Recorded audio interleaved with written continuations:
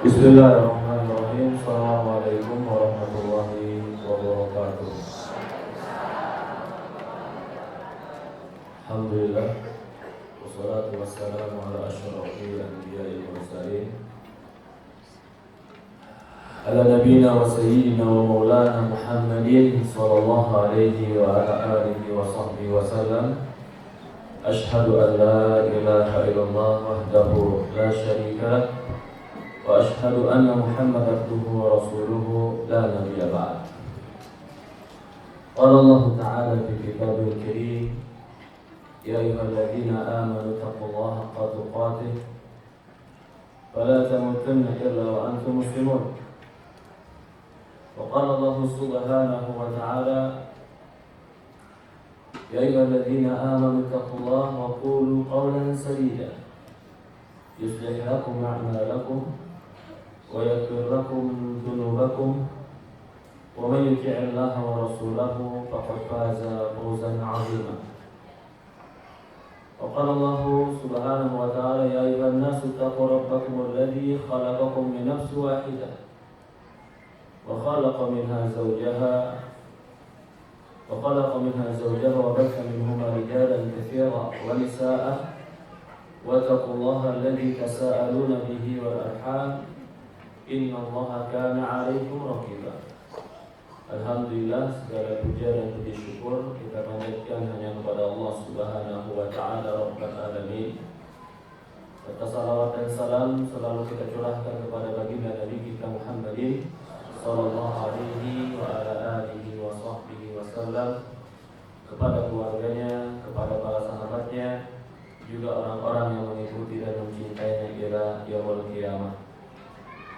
Alhamdulillah, segala puja dan puji syukur Allah Subhanahu wa Ta'ala memudahkan kita di hari ini untuk berkumpul di masjid ini dan berkumpul di tempat ini. Kita memohon kepada Allah, semoga Allah Subhanahu wa Ta'ala jadikan perkumpulan kita ini diridhoi oleh Allah, diberikan kebaikan dunia dan akhirat, dan menjadi sebuah sebab Allah Subhanahu wa Ta'ala mudahkan bagi kita masuk ke dalam surga Allah Subhanahu wa Ta'ala. Alhamdulillah, para hadirin, bapak-bapak dan ibu-ibu yang dimuliakan dan dirahmati Allah Subhanahu wa Ta'ala. Hari ini kita akan membahas apa kemarin judulnya? Temanmu mempengaruhi akhiratmu. Ada yang bilang enggak, Ustaz, saya mah ada tua kalau anda pengaruh, Ustaz. Benar apa benar ini? Semua kita akan bisa berpengaruh. Dipengaruhi dengan kebaikan, dipengaruhi dengan kejelekan, paling tidak. Allah Subhanahu wa Ta'ala membagi dua teman. Yang pertama, teman di dunia, tapi nanti di akhirat jadi musuh. Di dunia akrab, kemana-mana bareng, kompak, kompol pokoknya. Dia ada di mana, dia pasti ikut di situ. Tapi di akhirat ternyata nanti saling salah-salahan. Kamu yang salah, bukan kamu yang salah. Kamu yang ngajakin saya, dijawab siapa suruh kamu ikut-ikutan saya. Berantem di akhirat. Mana dalilnya? Surat Zukhruf ayat 67. Dalilnya surat Zukhruf ayat 67. Al-akhillau yawma idin ba'duhum li ba'din adu. Al-akhilla, teman dekat, teman akrab. Di hari tersebut, ba'duhum li ba'din adu, sebagian mereka menjadi musuh dari sebagian yang lain. Bukan jadi teman, malah jadi musuh. Illal muttaqin, kecuali teman-teman yang bertakwa. Di ayat ini jelas, pertemanan di yaumul qiyamah bisa malah menjadi permusuhan. Tapi pertemanan orang-orang yang bertakwa di yaumul qiyamah malah menjadi pertemanan yang Allah Subhanahu wa Ta'ala satukan. Di dalam hadis yang lain, Di dalam hadis pernah dikisahkan oleh Rasulullah SAW, secara umum hadisnya mengatakan bahwasannya nanti ketika orang-orang mukmin yang bertakwa dimasukkan ke dalam surga, masuk dia ke dalam surga, dapat semua yang pernah dia inginkan di surga, udah dapat. Tapi seolah-olah dia merasa ada yang kurang. Maka ditanya kepada dia, apa yang kurang begitu? Dia bilang, ya Allah, kemana dulu teman-temanku yang biasa sama aku? Ini orang bertakwa. Yang dulu biasa ngaji bareng, yang dulu biasa ke masjid bareng, yang dulu biasa sosial bareng, yang dulu biasa berbuat baik bareng, kemana ya Allah? Ini temannya nggak kelihatan di surga. Maka Allah mengatakan kepada dia, orang bertakwa ini, kalau begitu kau lihat ke neraka. Kalau kau lihat ada teman-temanmu di neraka, berikan dia syafaat, masukkan dia ke dalam surga. Sehingga dia pergi ke neraka, dia lihat teman-teman, dia cari teman-temannya itu. Mana nih teman-temanku? Karena Allah Subhanahu wa taala tidak mau orang-orang yang bertakwa dan orang-orang soleh sedih dengan berpisah dengan sahabat-sahabat. Sehingga teman yang baik bisa memberikan syafaat di yaumul qiyamah. Ini teman bisa mempengaruhi akhiratmu. Sedikit atau banyak teman bisa mempengaruhi akhirat.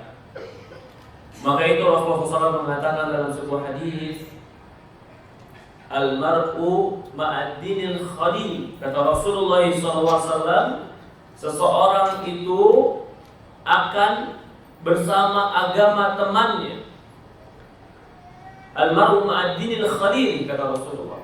Falyanzur ahadukum man yukhalil. Hendaklah salah seorang kalian perhatikan siapa yang menjadi teman dekatnya. Teman ngobrol, teman tiap hari ketemu, teman terus kerjasama, teman yang yang nggak terpisah. Kata Rasulullah, "Falyanzur ahadukum man yukhalil." Hendaklah salah seorang kalian memperhatikan siapa teman dekat. Banyak sekali hadis-hadis dari Rasulullah SAW yang memperhatikan atau memberikan kita untuk bergaul dan memperhatikan pergaulan di dalam Islam.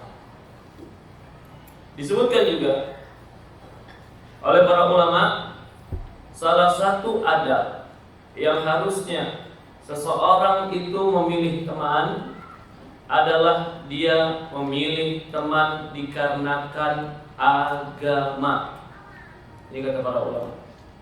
Loh, berarti kamu membeda-bedakan orang? Tidak. Kalau bergaul ke siapa saja boleh, berbuat baik ke siapa saja boleh, ngasih hadiah ke orang lain siapa saja boleh, apalagi berdagang boleh ke siapa saja, muslim non muslim silakan.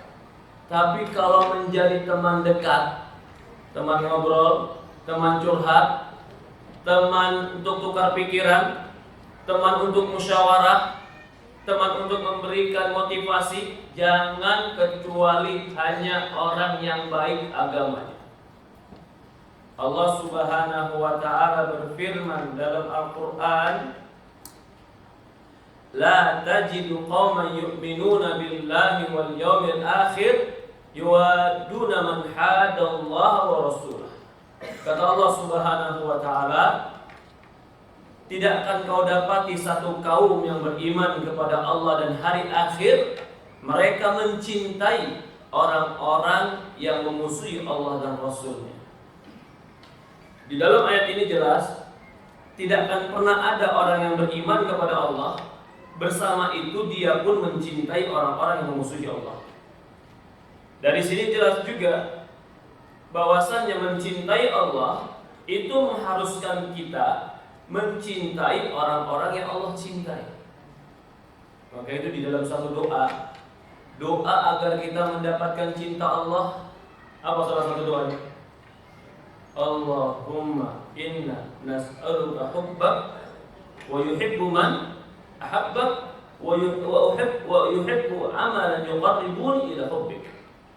Ya Allah, aku memohon cintamu dan memohon cinta orang-orang yang mencintai.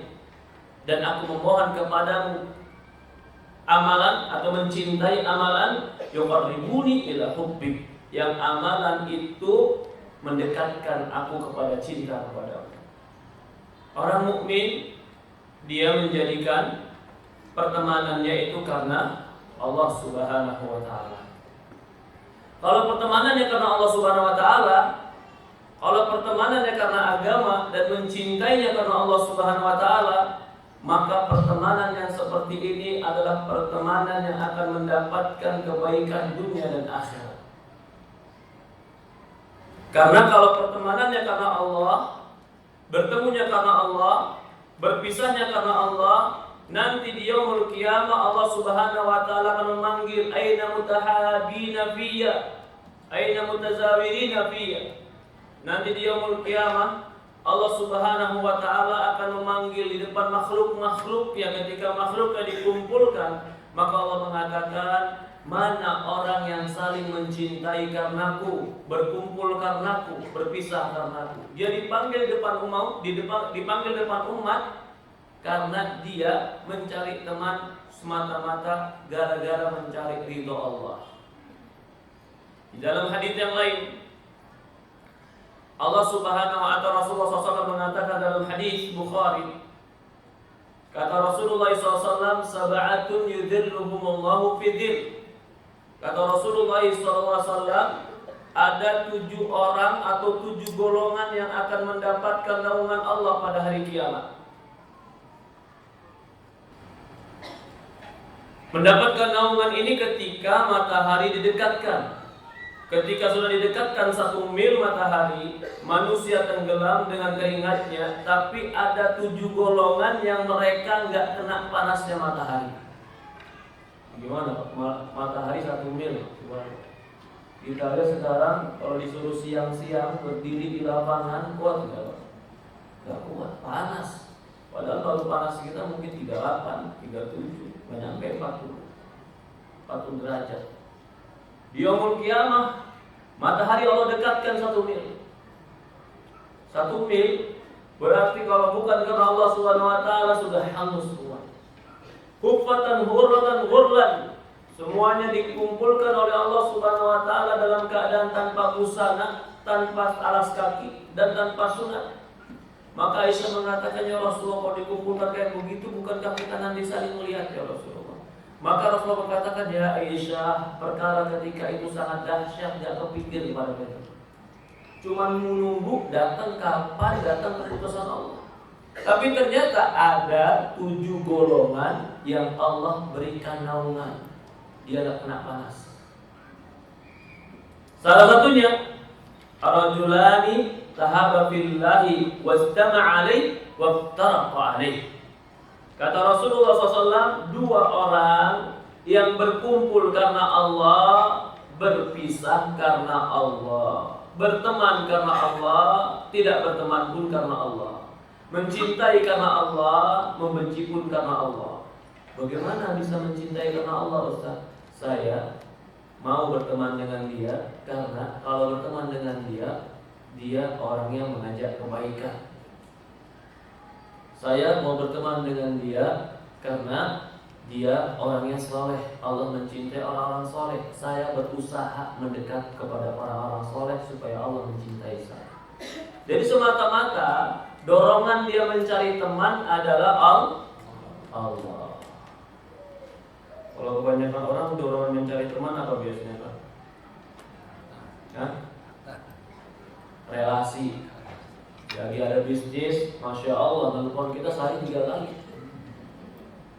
Begitu bisnis sudah selesai, duit sudah keluar, ditelepon lagi nggak dibalas gitu. Ya Rabbi.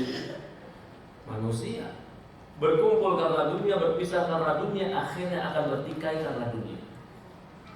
Tapi kalau berkumpul ya karena Allah, subhanallah, saya semenjak kenal dia lebih banyak aktivitas positif. Saya begitu kenal dia lebih banyak ke masjid.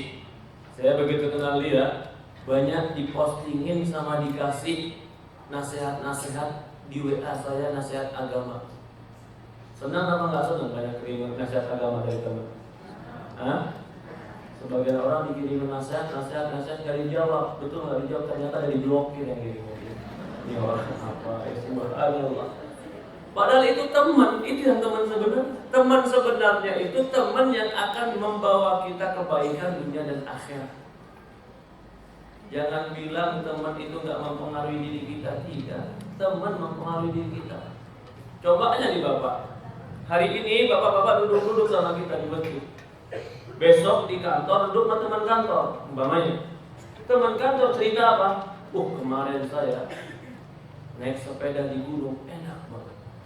Tadinya kita nggak suka di sepeda. Tapi kalau teman cerita itu, naik di gunung tuh sepeda begini, bener, iya enak kan. Ya coba deh, sekarang saya sekali main. Tadinya cuma pengen main, begitu main betul ketagihan, akhirnya jadi bikin klub sepeda sama teman. Pengaruh nggak?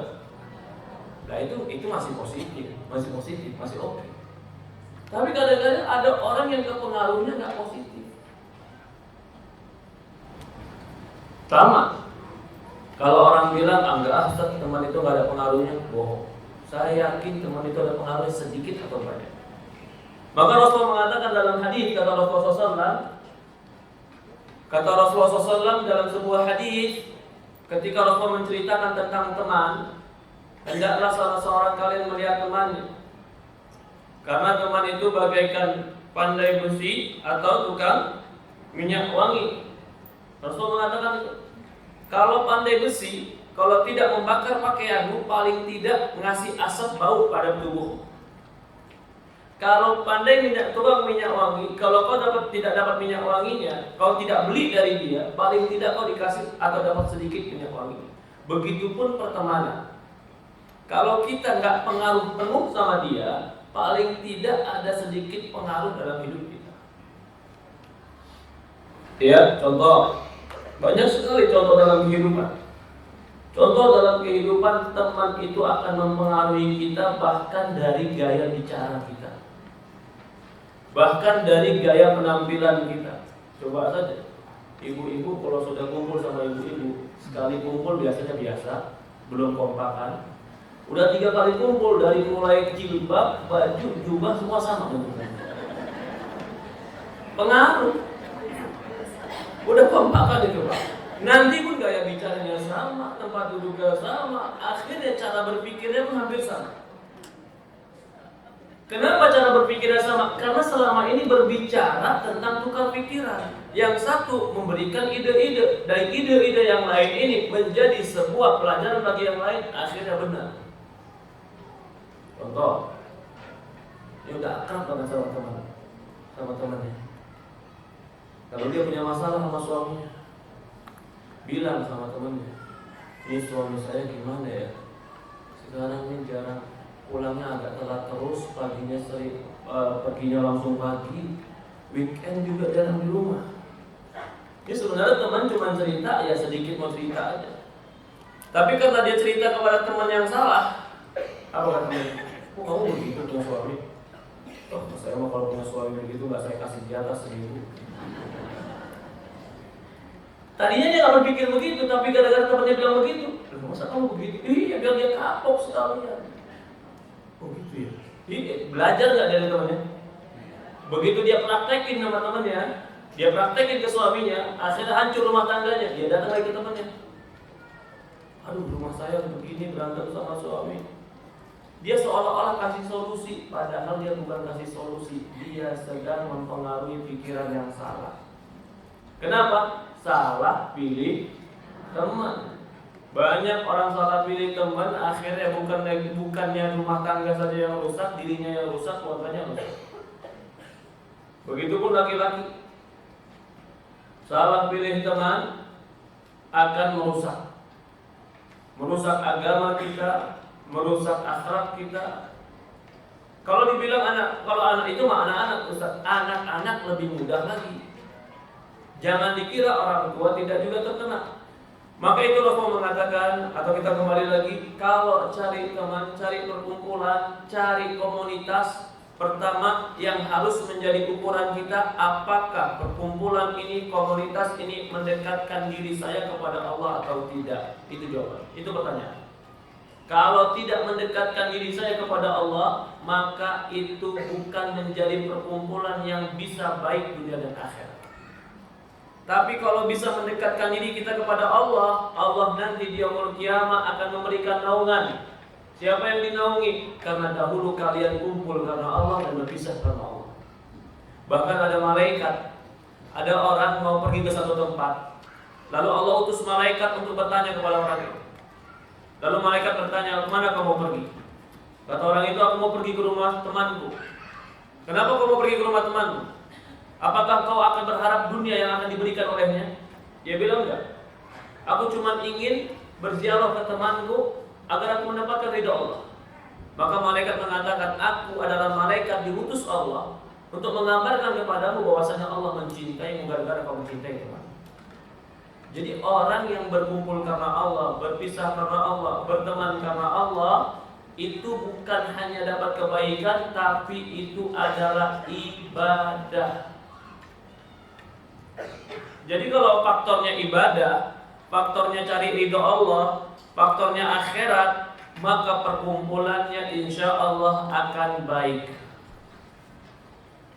Kalau perkumpulannya bukan ibadah, akan timbul nanti kejelekan-kejelekan akhirat, kejelekan-kejelekan pergaulan. Kenapa? Faktornya bukan karena Allah. Apa contoh-contoh pergaulan kejelekan atau timbul-timbul kejelekan? Akan ada hasad, akan ada ghibah, akan ada dengki, akan ada iri, akan ada saling menjatuhkan. Apa faktornya? Karena berkumpul bukan karena Allah Subhanahu wa taala. Jadi seorang mukmin kalau dia cari teman, carilah teman yang mendekatkan kita kepada Allah. Apalagi kalau kita mau jadi orang baik. Ustaz, saya mau jadi orang baik, mau berubah. Oke, niatmu sudah bagus. Caranya adalah kau tinggalkan teman yang jelek. Oh enggak Ustaz, enggak apa-apa Ustaz, saya sama teman yang jelek juga enggak apa-apa, kan yang penting masing-masing Ustaz. Jangan, kau tidak akan kuat. Sampai ada sebuah kisah Pak. Kisah seorang pemuda gitu. Dia pemuda-pemuda di antara di bawah 30-an. Begitu dia baru kenal agama, berubah dia kenal agama, Masya Allah, kejadi kepada yang lebih baik. Teman-teman lama dia ngubungin, kemana aja, udah gak pernah kelihatan, sombong amat sekarang. Kalau mau baik silahkan baik, kan kita juga nggak ngapa-ngapain. Masa kita dilupain teman? Ya udah, dia nggak enak hati, janjian sama teman. Janjian di tempat yang lama, yang pernah ada, dengan alasan insya Allah si Anda bisa baik. Datang dia ke tempat itu. Begitu dia di tempat itu, kalau tadi kan masih ditelepon, dia masih punya kekuatan. Begitu di tempat itu, dia cuma sendiri orang yang pegang agama. Lebihnya masih orang-orang seperti dulu. Kalau udah sendiri berat nggak Pak? Sendiri, akhirnya awalnya diam, lama-kelamaan terbawa lagi, bicara, ketawa, terbawa. Sampai akhirnya, dalam ini di kisah, saya mendengar kisah ini dari seorang syekh yang sedang khutbah. Kata syekh, akhirnya ketika dia berkumpul itu, teman-temannya minum. Dia tetap di situ, nggak minum awalnya. Kembali ke teman-temannya, ke kebiasaan yang lama. Dia yang penting seperti saya mah tidak. Tapi Allah takdirkan dia diminta sama teman-temannya minum, dia nggak bisa tolak. Akhirnya dia minum juga. Belum selesai nih cerita, udah minum dia, mabuk berat seberat-beratnya mabuk. Nggak mungkin pulang ke rumah. Teman-temannya udah sewa hotel. Begitu dia sewa hotel, masuk hotel, ternyata yang disewa bukan hotel aja, di hotel juga ada perempuan. Orang mabuk, pemuda, nggak ada akal, masuk hotel, dalam hotel ada perempuan. Kira-kira ada siapa lagi situ Pak? Hah? Setan, betul setan. Ternyata betul. terjadilah malam itu apa yang terjadi dengan hilangnya akalnya. Di pagi hari, ini teman-temannya udah bangun, udah mulai agak siang, jam 9, jam 10 udah bangun, kesiangan, udah mulai segar, udah mulai sadar, tapi masih juga dia ketuklah kamar temannya. Kawan, bangun. Bangun, ternyata yang buka perempuan. Lalu dia bilang sama temannya, itu temanku sudah bangun? Belum, dia masih tidur. Bangunkan dia. Begitu ingin dibangunkan ini teman, dibangunkan dan dibangunkan, ternyata dia tidak bangun lagi. Ketika itu dia sudah meninggal. Ini saya dapat cerita ini dari seorang syekh yang dia berkhutbah tentang su'ul khatimah, jeleknya orang meninggal. Apa faktornya? Merasa bahwasannya saya tidak akan terpengaruh dengan teman saya. Gak bisa. Saya udah ngaji Ustaz. Iya, kamu udah ngaji. Lalu mau ngapain? Ya, mau kumpul lah sama teman-teman SMA dulu Ustaz. Oke, teman SMA kamu kalau baik nggak masalah. Tapi kalau teman SMA kamu masih ngomong seperti zaman SMA dulu, beda. Jangan. Kalau SMA dulu masih bajunya abu-abu sama putih. Kalau sekarang udah nggak bisa. Kadang-kadang gara-gara berkumpul dengan teman-teman lama, teman-teman waktu muda, bawaannya masih muda aja. Padahal bukan muda lagi. Usia udah berubah, bahasa pun sudah berubah, cara berpikir pun harus berubah. Jangan sampai terjerumus dalam kejelekan. Kita bilang, orang kalau kita mau 4 poin, orang kalau mau baik, dia harus meninggalkan teman-teman yang tidak baik dan harus mencari teman yang baik. Bukan berarti meninggalkan di sini dia nggak sapa, dia nggak salam, dia nggak tegur. Bukan ke situ maksud kita. Tapi yang kita inginkan yang menjadi temanmu, yang terus bersamamu, yang keseharianmu, tempat engkau bicara, tempat engkau tukar pikiran, harus teman yang baik. Kalau tidak, agamamu terancam. Paling tidak, Pak, kalau kita berteman dengan orang-orang yang maaf, agamanya nggak bagus, dan kita agak sedikit bagus, nggak bagus-bagus amat. Apa paling tidak? Kita tetap merasa diri kita baik karena kita melihat lingkungan kita jelek. Contoh, karena berteman dengan teman-teman yang nggak sholat, begitu azan, ini teman nggak ada yang gerak, boro-boro gerak dengar azan aja nggak mau. Dia biasanya ke masjid, tapi begitu teman-teman ini pada nggak gerak ke masjid, dia mau ke masjid sungkan. Apa kata setan? Udah ntar aja. Ente kan sholat, masih lebih baik mereka pada nggak sholat. Ente tenang aja dulu. Berarti apa? Kamu lebih baik daripada mereka. Nggak usah ke masjid dulu. Padahal di hati ada, aduh mau ke masjid nih, tapi mau meninggalin mereka nggak enak. Kenapa? Karena orang-orang yang memang nggak ke masjid. Ini contoh kecil. Coba kalau kita berteman dengan teman-teman yang sering ke masjid, yang kitanya sendiri kadang-kadang jarang ke masjid. Begitu kita duduk azan, teman-teman ke masjid langsung mana dia? Pergi ke masjid, kita sendirian, mau nggak mau ikut ke masjid. Itu contoh kecil. Bahwasanya teman itu akan mempengaruhi kita. Maka ketika ada kisah orang yang membunuh 100 jiwa, saya yakin pasti kisahnya sering dengar. Dia udah bunuh 99 jiwa. Begitu dia datang kepada ahli ibadah, dia tanya, apakah saya bisa bertobat dengan dosa saya? Kata ahli ibadah, tidak ada pintu tobat untukmu. Marah lagi dia bunuh ahli ibadah.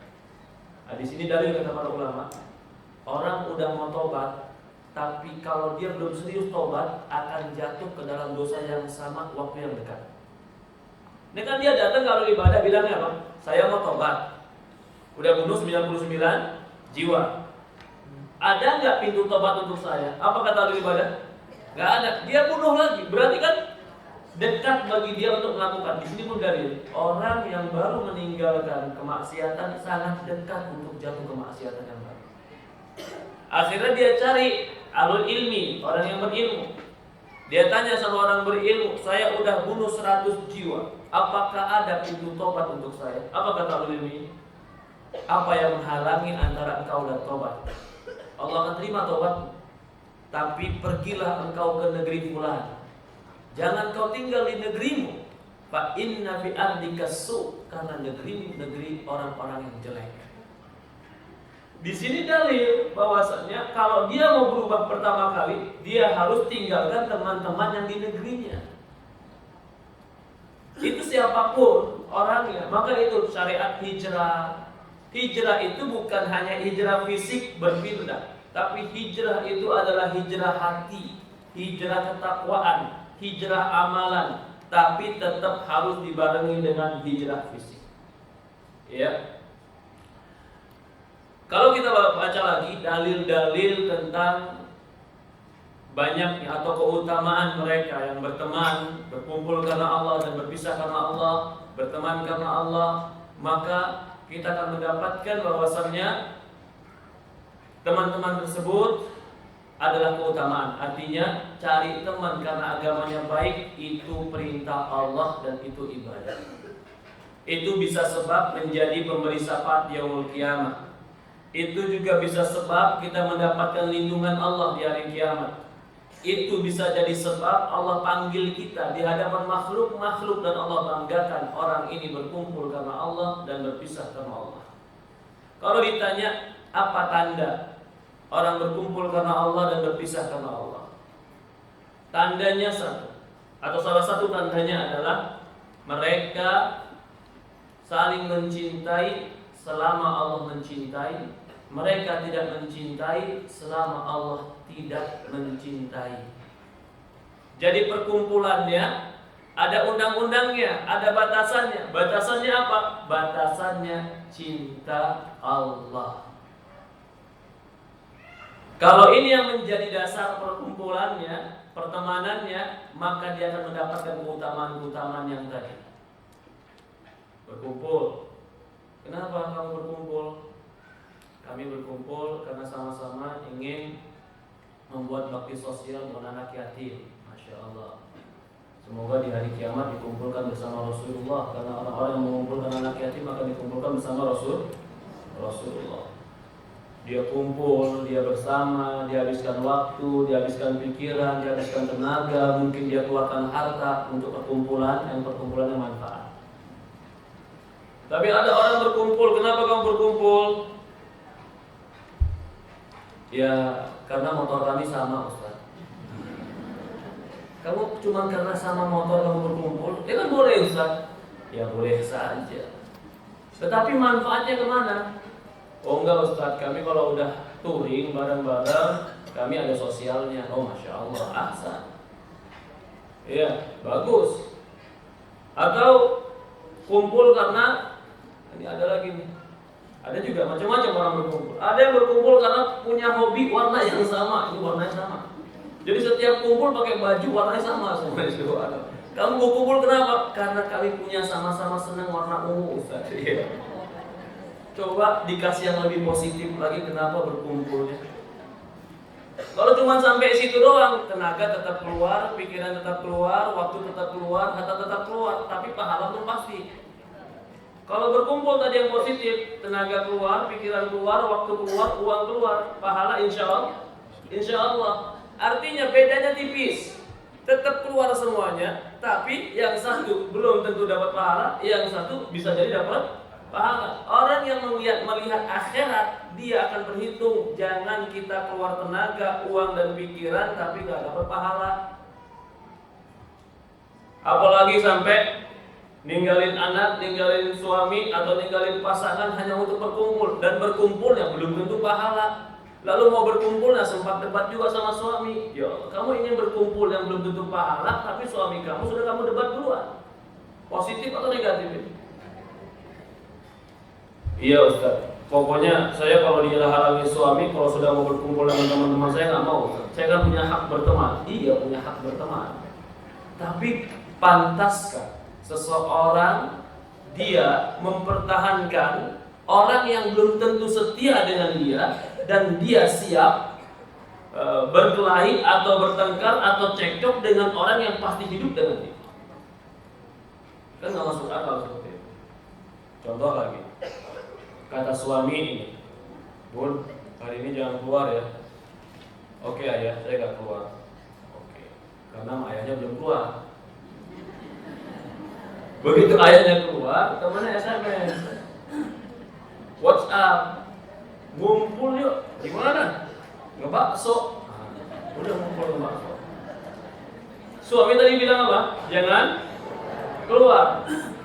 Dia bilang sama temannya, aduh, maaf nih, si suami bilang jangan keluar. Mulai itu temannya komentarin, ngomporin. Akhirnya apa? Ya udah deh, anak keluar.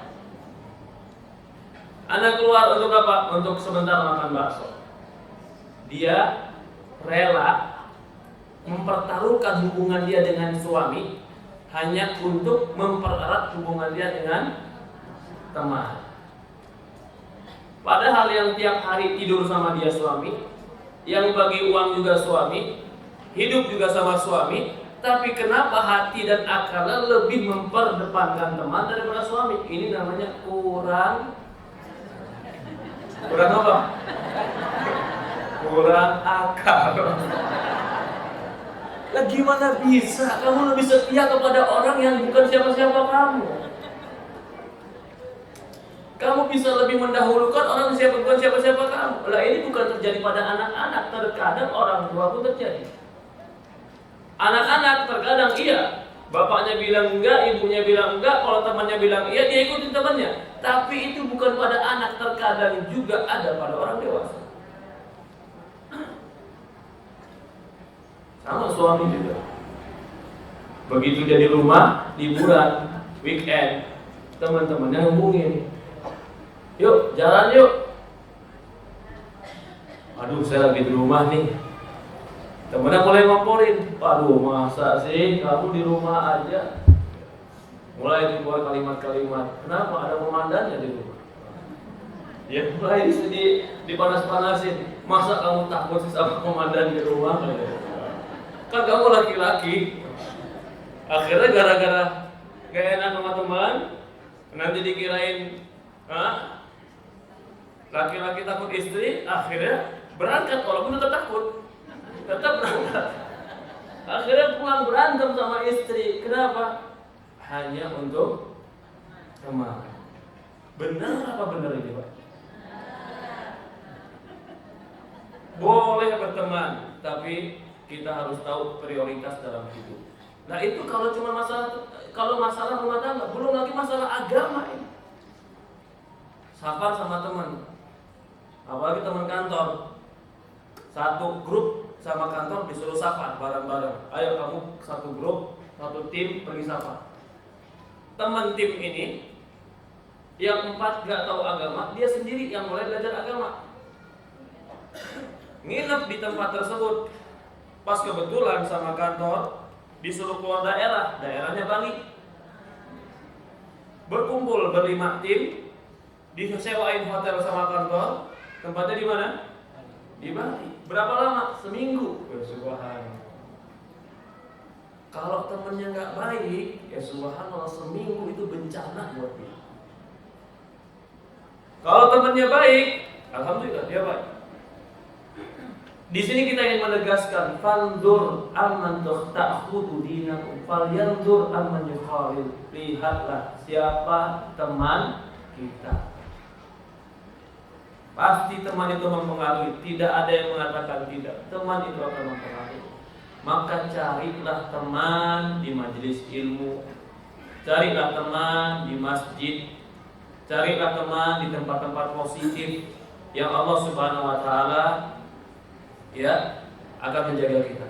Lalu kata para ulama, jauhi teman yang merusak dari sisi agama. Coba teman yang susah berisi agama ini gimana, Ustaz? Teman yang merusak dari sisi agama pertama adalah teman yang akan merusak cara kita berpikir tentang agama. Ini teman yang paling rusak. Kalau tadi teman langsung bilang, ayo kita ke hotel begini dan begitu, rusak agama? Rusak. Tapi akal sehat tetap ada, ya kan? Itu mah gak benar. Tapi yang kita maksudnya ada teman yang kita tanpa sadar menggiring kita, merusak cara berpikir kita agama, sehingga kita tetap merasa beragama padahal agama kita rusak. Dipaham? Berteman sama dia. Begitu berteman sama dia, ya subhanallah, gak ada orang muslim kecuali semua orang kafir setelah berteman sama dia. Gak ada yang boleh masuk rumah, gak ada yang boleh megang baju kita kecuali harus dicuci karena najis. Ini hati-hati.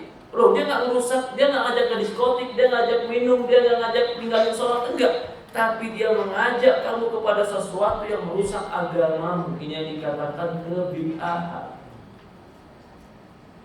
Sebagian anak-anak, tapi mudah-mudahan ini sedikit ya, gak banyak, sedikit mudah-mudahan, dan saya berharap tak akan hilang.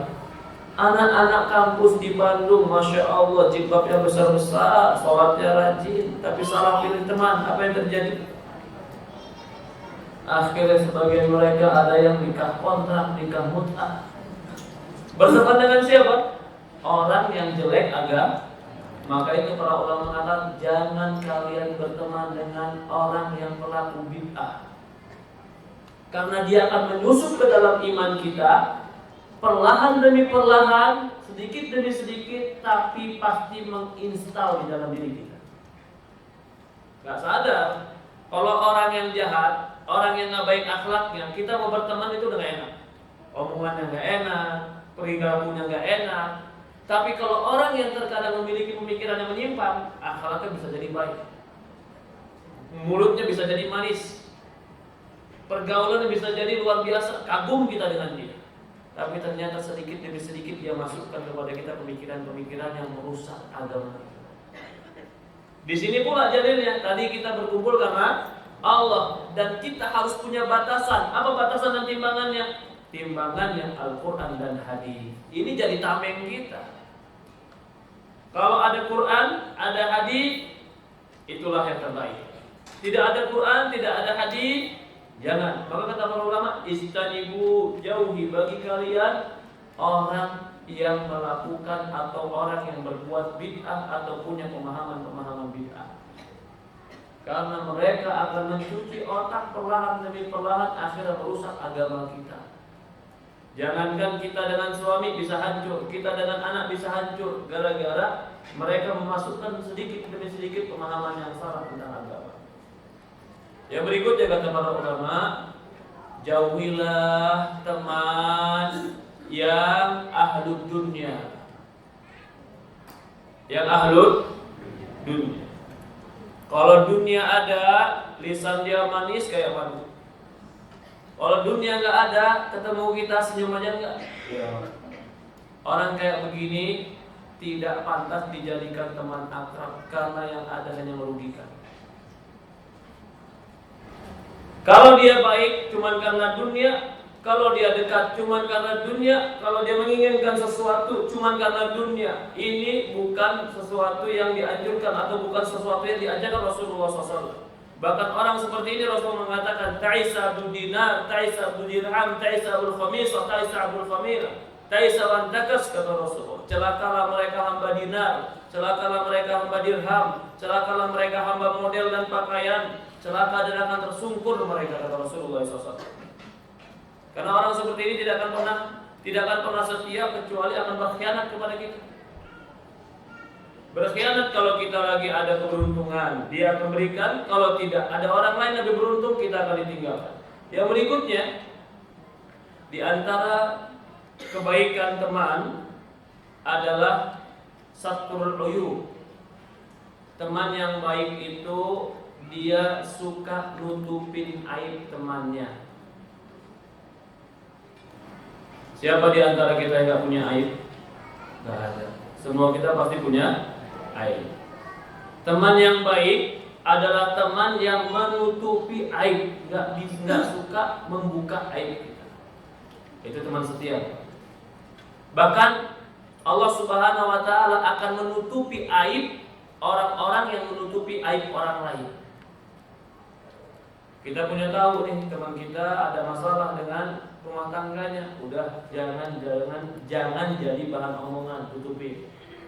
Kita tahu nih teman kita punya kekurangan dalam dunianya, udah jangan jadi omongan, tutupi. Loh, kenapa harus tutupin, Ustaz? Paling tidak berharap kalau saya tutupin aib orang lain, Allah akan tutupin aib saya.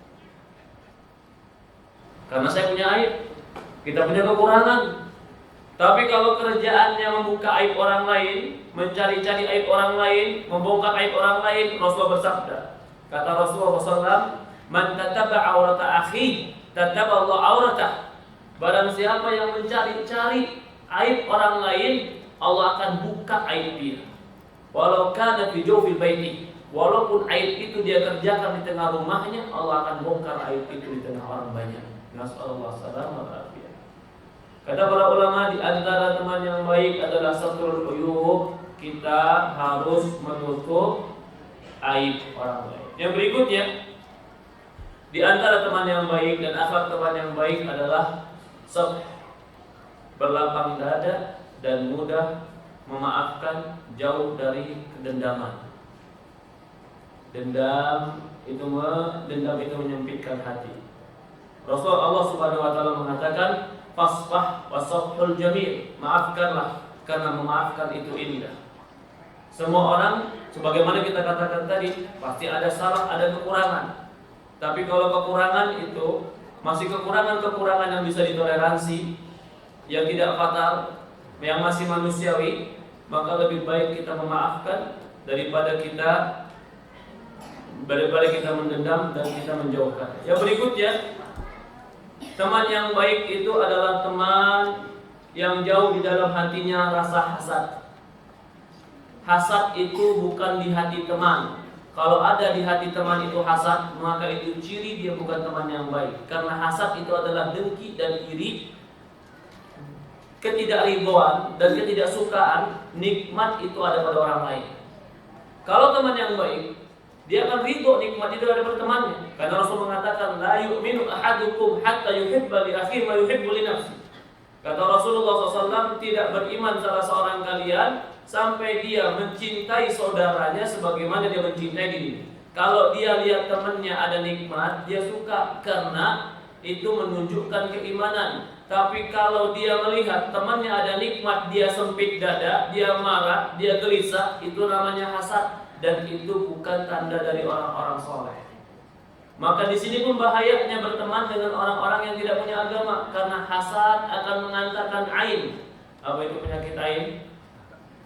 Penyakit mata. Penyakit mata bagaimana? Akan merusak nikmat yang ada pada orang lain. Kalau orang sudah hasad, dia ingin nikmat yang ada pada kita itu lenyap. Kalau yang hasad itu adalah orang-orang dekat, maka kenikmatan yang akan lenyap itu lebih dekat. Karena dia akan berusaha menghilangkan itu. Am yahsaduna an-nas ala ma atahumullah min fadli. Dalam surat An-Nisa, Allah Subhanahu wa taala berfirman, An-Nisa ayat 54, am yahsaduna an-nas ala ma atahumullah min fadli. Apakah mereka hasad kepada manusia terhadap apa-apa yang telah Allah berikan dari keutamaan Allah? Dalam ayat ini jelas, orang yang hasad itu berarti dia gak ridho dengan apa yang Allah bagi. Maka Rasul mengatakan, la tahasadu, jangan kalian saling hasad, kata Rasulullah. Saling iri.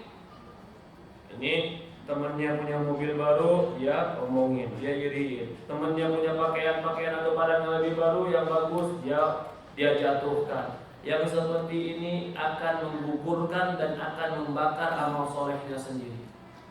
Maka Rasul mengatakan penyakit hasad itu akan menghanguskan kebaikan sebagaimana api menghanguskan kayu. Karena amal-amal baik itu bisa hilang dengan hasad. Kemudian ciri teman yang baik itu adalah teman yang merasa risau jika temannya melakukan kemaksiatan dan dosa, sehingga dia menasehati, merangkul, mengajak agar temannya tidak jatuh ke dalam kebinasaan. Dia ketika melihat teman yang maksiat, dia bagaikan melihat orang yang di atas jurang kehancuran. Kalau dia melihat orang di atas jurang kehancuran, dia sangat ingin menyelamatkan orang tadi supaya tidak jatuh ke dalam jurang. Seperti itu teman yang baik. Teman yang baik itu teman yang suka menasehati agar kita tetap istiqomah. Itu teman yang baik. Dan ini ciri teman yang akan mengantarkan kebaikan akhirat. Dalam Al-Quran Allah mengatakan di surat Al-Asri yang sering kita baca, wal asri innal insana lafil khusri illa alladziina amanu wa amilus shalihat wa tawasaw bil haqqi wa tawasaw bis sabr. Ini yang terakhir. Orang itu akan merugi, manusia itu akan rugi kecuali mereka yang beriman dan beramal saleh, lalu mereka saling berwasiat untuk kebaikan dan kebenaran. Teman yang baik, dia selalu mengingatkan untuk kebaikan, mengingatkan untuk akhirat, mengingatkan untuk dekat kepada Allah Subhanahu wa taala. Ya. Kemudian di antara ciri teman yang baik disebutkan juga oleh para ulama. Di sini dikatakan di antara teman yang baik itu adalah tidak menyelisihi janji. Karena Rasulullah mengatakan dalam hadis, alamatun nifaqut salas. Ciri orang munafik itu ada 3. Idza haddatsa kadzab, wa idza wa'ada akhlaf, wa idza atubina khan. Jika cerita dia dusta, jika berjanji dia menyelisihi, jika dinasihati dia berkhianat. Berkata Imam Ats-Tsauri rahimahullah, la ta'du akhaka mu'idan, la ta'ud. Jangan kau menyelisihi saudaramu dengan sebuah janji lalu kamu menyelisihi janjinya. Wa tastabdilu mawaddata bu'dan. Kamu akan mengganti kecintaan, keakraban itu dengan kebencian. Di antaranya juga kata para ulama, tawadu wa tarkul takabbur. Saling tawadu, rendah hati, dan menjauhkan sifat takabur dan sombong. Ini salah satu menghancur persahabatan dan pertemanan. Ketika ada salah satu teman menganggap teman yang lain lebih remeh, mungkin lebih remeh dari ekonomi, mungkin lebih remeh dari ilmu, mungkin lebih remeh dari keturunan atau dari jabatan, sehingga dia meremehkan temannya. Kata Rasulullah SAW, Innallaha auha ilayya an tawadhu hatta la yaqhar ahadun ala ahadin. Kata Rasulullah SAW, sesungguhnya Allah mewahyukan kepadaku agar kalian saling rendah hati, sehingga jangan ada di antara kalian seorang yang lebih merasa angkuh daripada yang lainnya. Keangkuhan dan kesombongan akan menghancurkan pertemanan. Lalu ditanya lagi, Ustaz, bagaimana agar supaya kita bisa mendapatkan teman yang saleh? Maka jawabannya, kadang-kadang kita nggak tahu nih. Kita mau berkenalan sama orang kayaknya baik, tapi ternyata nggak baik. Kita mau cari partner dalam bisnis kayaknya baik, ternyata nggak baik. Lalu bagaimana caranya supaya kita itu dijodohkan ketemunya orang baik, lalu berteman juga dengan orang baik, lalu kalau ditemukan partner juga partner yang baik? Karena dikatakan di Quran, wa allafa fi qulubihim law anfaqta ma fil ardi jami'an ma alafta baina qulubihim. Kata Rasulullah SAW, Allah yang akan menggabungkan dan menyatukan hati mereka. Kalau seandainya kau infakkan seluruh uangmu di muka bumi ini untuk menyatukan hati mereka, kau tidak akan bisa menyatukan. Maka di sini kata para ulama, Allah akan menyatukan hati seseorang itu dengan orang yang semisal dengan dia. Maka itu dalam hadis dikatakan al-qulub ma'a junudil mujannada. Hati itu akan cocok dengan yang semisal. Ma ta'arafa min al-kalam wa ma tanaqara min al-ikhtilaf. Kalau dia saling mengenal, dia akan bersatu dan nyaman. Kalau dia tidak, maka dia akan saling berselisih. Timbul atau kembali kepada pertanyaan tadi, bagaimana supaya saya bisa diberikan Allah teman-teman yang baik, partner yang baik, orang-orang yang bertemu dengan saya orang baik? Jawabannya adalah perbaiki diri kita dan hati kita. Allah akan pertemukan kita dengan orang yang baik semisal dengan kita. Karena al-qulub ma'a junudil mujannada, hati itu akan condong kepada yang semisal dengannya. Coba saja orang-orang yang umpamanya orang-orang yang biasa bermaksiat umpamanya, atau biasa ya berpoya-poya, atau mungkin biasa dugem gitu ya. Ketemu sama orang soleh itu bingung. Jangankan ngobrol, mau cocok aja masih bingung. Karena hati itu pasti berkumpul dengan sejenis. Tapi kalau bertemu dengan yang sejenis dengan dia, itu langsung pasti plong, cocok. Padahal belum kenal. Kenapa? Al-qulub ma'ajunudin mujadid. Hati akan dikumpulkan dengan semisal. Dari ini pula kita pahami, kalau Allah ingin kumpulkan kita dengan orang-orang soleh, yang pertama kali jadikan diri kita orang soleh. Kalau kita memperbaiki diri kita, berusaha perlahan demi perlahan menjadi orang lebih baik, maka Allah akan mudahkan kita kepada kebaikan dan dikumpulkan kepada orang-orang baik. Tapi kalau kita nggak memperbaiki diri kita, maka Allah Subhanahu wa Ta'ala akan kumpulkan dengan orang yang semisal kita. Para hadirin jemaah yang dimuliakan dan dirahmati Allah Subhanahu wa Ta'ala, maka di sini menjadi sebuah kesimpulan, atau sebelum kita tutup, menjadi sebuah kesimpulan bahwasannya berkumpulnya dengan orang-orang baik itu adalah dicintai oleh Allah. Berkumpulnya kita karena Allah itu adalah ibadah. Berkumpulnya kita dengan orang-orang soleh itu adalah memberi syafaat. Lalu berkumpulnya kita dengan orang-orang soleh itu akan menyebabkan kita dipanggil di yaumul qiyamah di hadapan Allah. Berkumpul dengan orang-orang baik pula itu akan mendapatkan naungan Allah di yaumul qiyamah. Maka bersabar untuk bisa tetap bersama orang-orang baik. Kadang-kadang kita cepat ngambek. Gimana cepat ngambek, Ustaz? Ustaz, saya udah ikut ke kajian itu, Ustaz. Tapi begitu masuk kajian gak ada yang menggor saya, gak ada yang lihat saya, gak mau datang lagi. Jangan cepat ngambek. Iya kan harusnya saya di ini dong, Ustaz. Saya harusnya dijamu dong. Iya. Tapi mungkin belum kenal, mungkin belum waktunya. Insya Allah nanti akan dapat. Insya Allah akan dapat. Lalu kalau timbul masalah sedikit, waduh. Contoh lagi, ini udah berteman dengan teman-teman baik. Oke, teman-teman baik berkumpul karena Allah, ya mengadakan acara-acara karena Allah. Suatu hari punya masalah sama temannya. Padahal dia masalah sama satu atau dua orang aja. Udah, dia nggak mau datang lagi ke kumpulannya, ke majelisnya, ke masjidnya. Kenapa? Ada simpulan. Rugi, kamunya rugi. Cuman karena satu dua orang akhirnya yang kamu tinggalkan kebaikan. Satu dua orang dia biarkan satu dua orang itu kebaikan jangan pernah ditinggalkan. Lebih baik kita bersabar berteman dengan orang-orang baik daripada kita bersabar berteman dengan orang-orang yang tidak baik. Karena siapapun yang menjadi teman kita tetap harus ada sabarnya. Kalau bersabar dengan orang-orang baik paling tidak jadi ibadah di sisi Allah, jadi pemberi syafaat di yaumul qiyamah, jadi pemberi naungan di hari akhirat. Kalau bersabar dari orang-orang gak baik, belum tentu jadi syafaat, belum tentu jadi kebaikan, malah bisa jadi kecelakaan di yaumul qiyamah. Dari ini kita pahami, maka berkumpullah dikarenakan Allah, berpisahlah dikarenakan Allah, bertemanlah dengan orang-orang yang mendekatkan diri kita kepada Allah, dan bersabarlah terhadap apa yang kita dapati selama itu bisa mendekatkan diri kita kepada Allah Subhanahu wa Ta'ala. Allah alam. Mungkin ini bisa kita bahas, sudah 1 jam pertemuan kita. Ada pertanyaan tafadhol, dipersilahkan.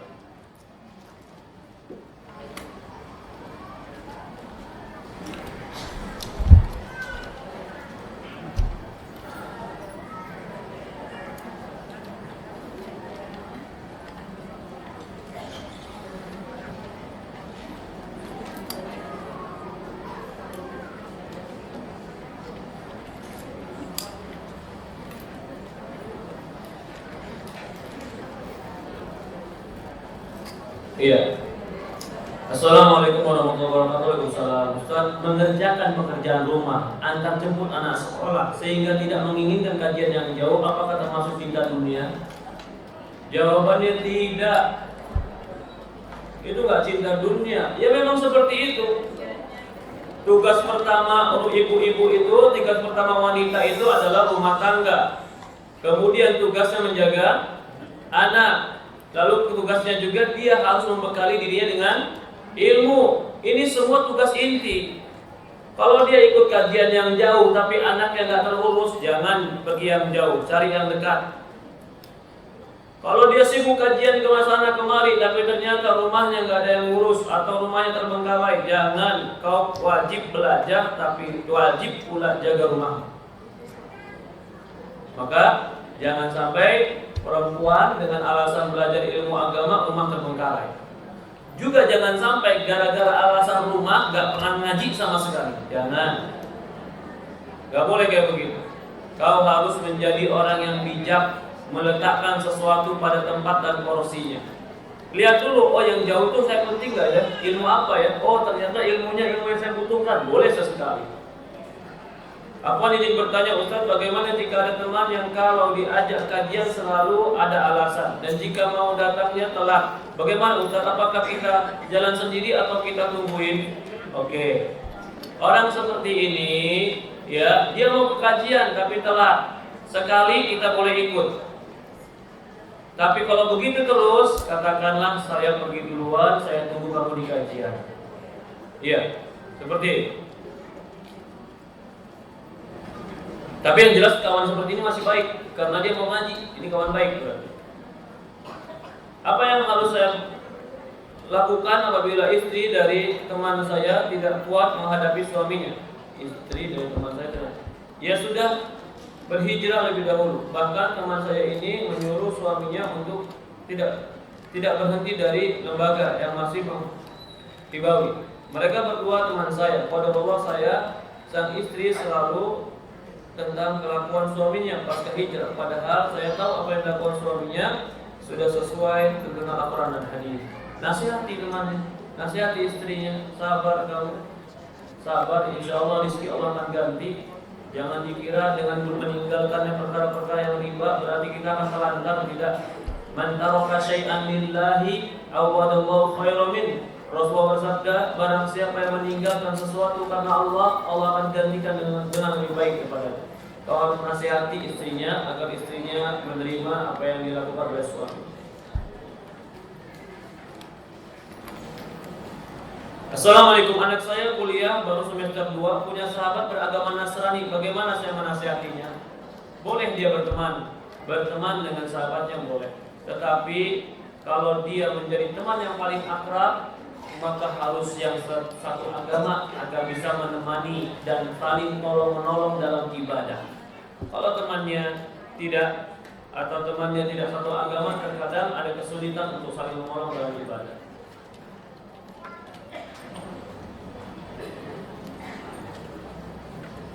Assalamualaikum warahmatullahi wabarakatuh. Ustaz, apakah boleh kita datang ke acara teman-teman sekolah? Apakah ada pahala yang silaturahmi dengan teman-teman tersebut? Mohon pencerahannya. Jazakallahu khair.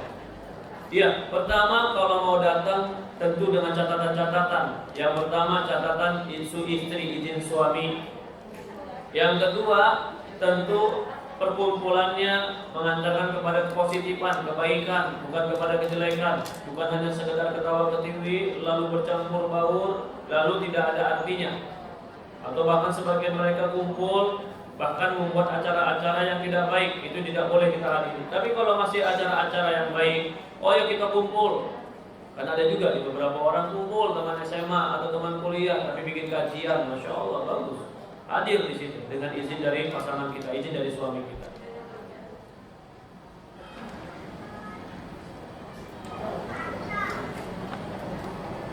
Bismillah, Ustaz, apakah jika Anda tidak terlalu banyak interaksi dengan orang lain dikarenakan ingin selektif memilih teman salih, apakah itu termasuk sombong?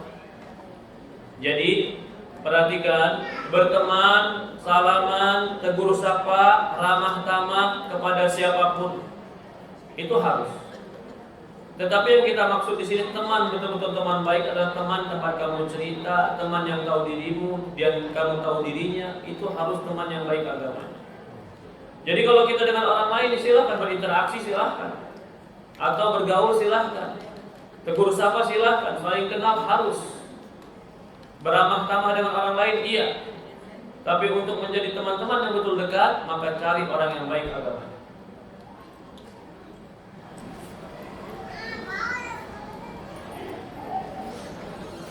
Banyak grup WA yang hanya sekedar hura-hura, apakah termasuk banyak mudaratnya? Bagaimana sikap kita supaya tidak terwarnai dengan grup tersebut? Iya. Pertama, agar tidak terwarnai ya sudah, jangan banyak baca. Jangan banyak baca. Kalau memang bisa keluar ya keluar. Kalau tidak ya bisa memberikan manfaat di situ dengan memberikan postingan-postingan yang lain. Ya. Yang paling ringannya adalah tidak baca dan tidak berkomentar. Itu paling ringan.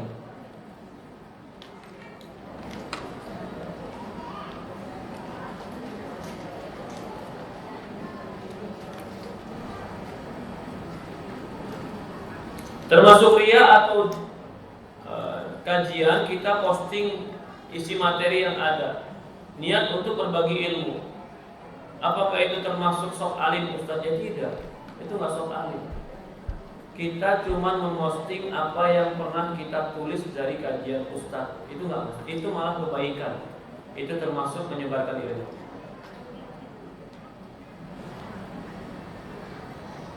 Apakah Ustaz saya khilaf berhubungan suami istri di bulan puasa, bagaimana cara membayar kafaratnya? Ya, bebaskan budak atau pertama puasa berapa? 2 bulan berturut-turut. Mampu tidak? Gimana Ustaz sebulan ada bolong? Gimana 2 bulan berturut-turut? Bebaskan budak. Aduh, gak ada Ustaz budak. Berikan makan kepada 60 orang. Ya, itu suami 60, saya 60 atau cukup satu aja? Satu saja. Habis itu puasa lagi atau tidak Ustaz? Ada yang mengatakan ganti dengan puasa juga dan bayar kafarah. Suami istri saja atau suami saja Ustaz? Ada yang mengatakan satu saja. Jangan dua-duanya. Dan ini yang paling penting bukan kafarahnya. Yang paling penting adalah merasa bertobat kepada Allah, karena itu dosa besar. Itu nggak boleh. Dosa besar.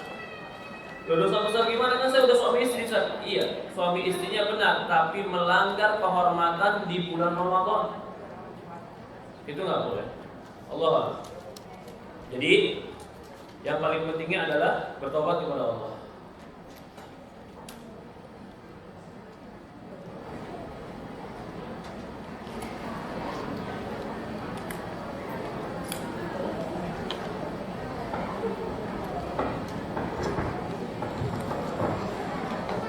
Kalau arisan untuk silaturahmi gimana Ustaz? Kalau nggak arisan nggak ada alasan buat silaturahmi. Ya, masalah arisan masalah diperselisihkan. Ada yang mengatakan boleh, ada yang mengatakan nggak boleh. Tapi kalau dia berkumpul untuk kajian lebih baik. Jadi bukan untuk arisan, untuk kajian. Ayo kita kumpul untuk kajian dan makan-makan. Oh, kalau kajian kurang semangat Ustaz, ya udah makan-makan. Makan-makan. Ya.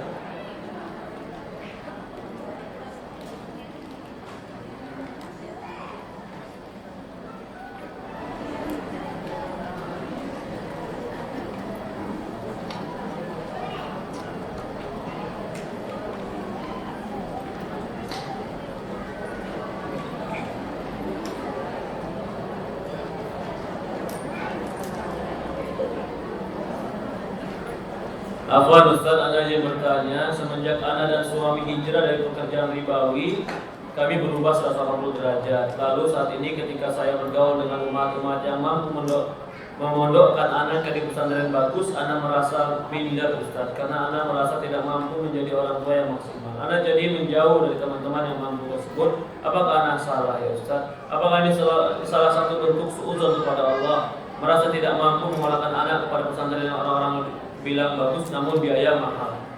Ketahuilah yang mahal belum tentu pasti bagus, yang murah belum tentu pasti jelek, belum tentu. Jadi yang penting bagaimana kita mendidik anak kita. Buktikan bahwasannya kau bisa mendidik anakmu walaupun tidak di sekolah yang mahal. Dan jangan kau pernah putus asa dengan rahmat Allah. Kau pernah meninggalkan sesuatu karena Allah, pasti Allah akan menggantikan sesuatu itu untuk dirimu, perlahan atau tidak. Walaupun belum tentu Allah ganti dengan harta, tapi bisa jadi nanti Allah ganti dengan anak-anak yang soleh, penghafal Quran, yang berbakti pada. Itu bisa jadi. Ya, jangan dikira semua Allah. Jangan kita hanya berpikir, oh kalau mahal pasti bagus. Belum tentu. Belum tentu seperti itu. Jadi jangan kau minder, tetaplah kau tetap pada prinsip mendidik anak. Buktikan bahwasannya anakmu bisa menjadi orang yang hebat walaupun tidak di sekolah yang mereka sekolahkan.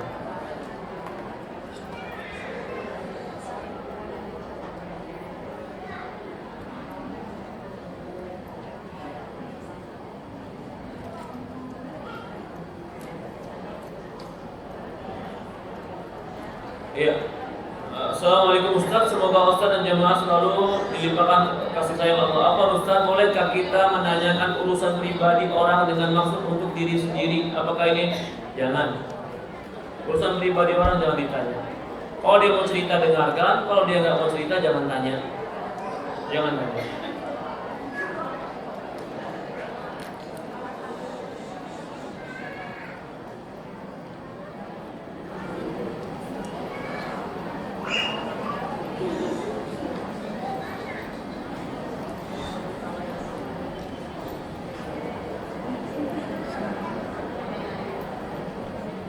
Ini benar. Assalamualaikum Ustaz. Waalaikumsalam warahmatullahi wabarakatuh. Semoga Allah merahmati dan menjaga seluruh kaum muslimin. Amin. Ustaz, bagaimana dengan pertemanan satu kajian? Wah, baik kan satu kajian, Pak? Baik, satu kajian, Masya Allah, baik teman baik. Tapi masih suka dengan nonton bioskop. Campur nih, baiknya ada, gak baiknya ada. Ya. Dengan alasan kan filmnya Islami, memang kenapa?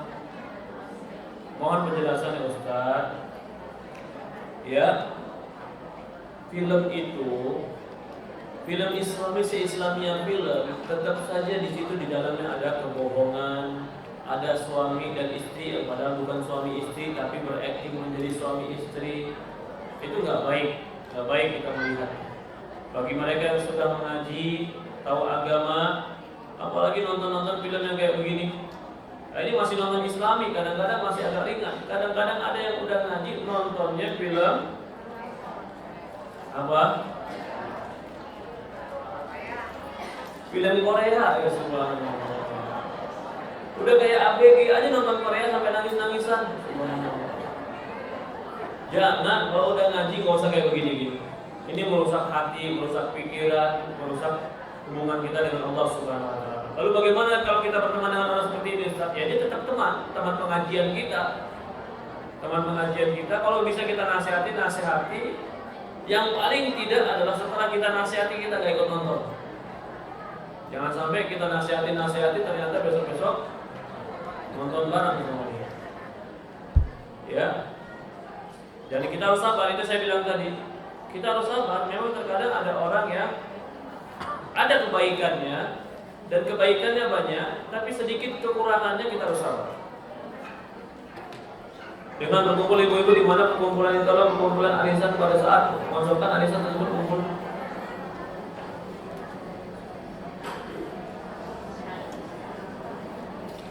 Iya, perkumpulan arisan itu ikhtilaf ya. Ada yang mengatakan arisan itu nggak boleh karena hutang piutang, hutang yang digilir itu namanya.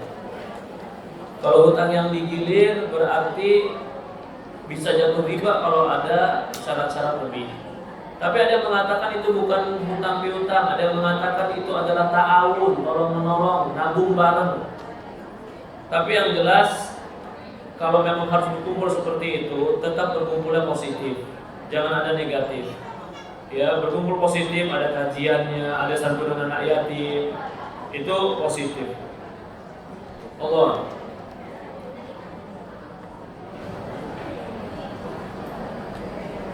Bagaimana kalau dalam grup WA banyak syubhat? Ya tadi nggak usah dibaca, nggak usah dibuka, kalau bisa keluar.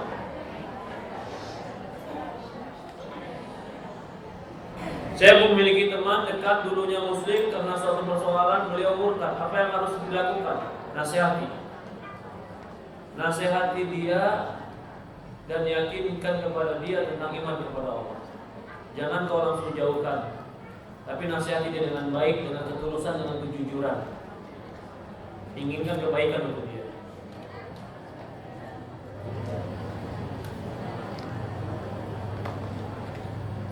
Bagaimana dengan sikap kita terhadap teman yang kurang agamanya, namun masih tetap berteman dengannya dengan harapan kita bisa mempengaruhinya dalam berubah agar bisa lebih baik? Ya, iya boleh kita berteman dengan dia. Tetapi kita harus tahu batasannya. Jangan sampai kita yang berubah. Bukan berarti kita berubah, kita tinggalkan semua orang. Tidak. Kalau ada orang-orang yang punya potensi kebaikan, punya potensi bisa kita ajak ke dalam Islam, atau punya potensi kita ajak ke dalam hijrah, ke dalam dakwah, itu jangan ditinggal, bahkan harusnya kita rangkul dan kita ajak dalam kebaikan ini.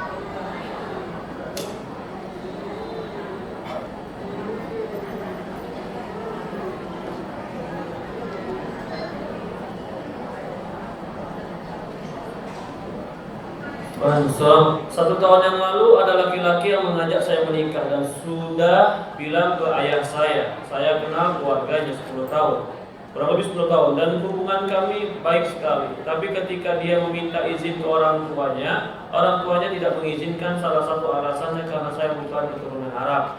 Setelah itu keluarganya memutuskan hubungan dengan saya dan melarang anaknya untuk keluar rumah. Sampai saat ini orang tuanya masih sibuk mencarikan perempuan yang ada karena sudah banyak yang menolak. Jujur sebenarnya kami masih ingin bisa menikah, Ustaz. Pertanyaannya, bolehkah saya memperjuangkan, Ustaz? Selain berdoa di jalur langit, apa yang dapat saya lakukan? Kalau kau wanita, maka kau diam saja. Jangan kau mendatangi laki-laki itu dan jangan kau minta kepada laki-laki. Karena dia yang harus memperjuangkan dirinya untuk bapak dan keluarganya. Kalau dia betul-betul inginkan kamu, dia akan bilang ke bapak dan ibu. Bukan karena engkau yang berbilang pada bapak ibunya, karena kau wanita. Ya. Lalu apa hukumnya orang tua yang melarang menikah karena masalah ras? Ini termasuk kejahiliahan. Adat jahiliyah dulu seperti itu. Merendahkan orang karena ras, merendahkan orang karena nasab, merendahkan orang karena harta. Ini sama semuanya adalah kebodohan, kejahilian. Tidak boleh kita menganggap orang lain lebih rendah. Ini sifat orang Yahudi. Yahudi itu menganggap bangsa lain itu lebih rendah daripada Yahudi, sehingga Allah Subhanahu Wa Taala hancurkan mereka. Kata Rasulullah SAW, "Fandur fatfar bidatid din taribat yadah." Carilah yang agamanya yang baik, kamu akan selamat. Kalau kita sudah senang fisiknya, senang agamanya, senang akhlaknya, maka yang lain itu, sifat-sifat yang lain itu bukan sifat-sifat yang, contoh sifat ras, sifat kulit, sifat suku, itu bukan sifat yang mempengaruhi. Sifat yang mempengaruhi itu adalah sifat agama, sifat akhlak yang bisa berubah, bisa diusahakan. Ya, jadi kalau suatu sifat yang tidak bisa diusahakan dan itu murni dari Allah, itu sebenarnya tidak boleh menjadi sebuah batas. Dipahami maksud saya? Contoh tadi, suku itu kan sudah dari Allah, ras itu dari Allah. Tapi yang kita usahakan itu apa? Yang kita usahakan itu agama, akhlak, kebaikan. Maka kita boleh melihat orang itu dari sesuatu yang bisa diusahakan. Jangan melihat orang dari sesuatu yang dia nggak bisa usahakan. Contoh, perempuan ini nggak bisa, apakah dia bisa berusaha dia menjadi orang Arab? Kan nggak bisa. Maka tidak boleh kita mengotak-otak orang dikarenakan memang sudah takdir Allah yang Allah berikan kepada itu. Maka itu Allah Subhanahu Wa Taala tidak pernah mengkaitkan kemuliaan dengan sifat yang tidak diusahakan oleh manusia. Tapi Allah mengkaitkan kemuliaan dengan sifat yang diusahakan manusia. Ras, kulit, suku itu bukan sifat yang bisa diusahakan manusia. Itu murni pemberian Allah.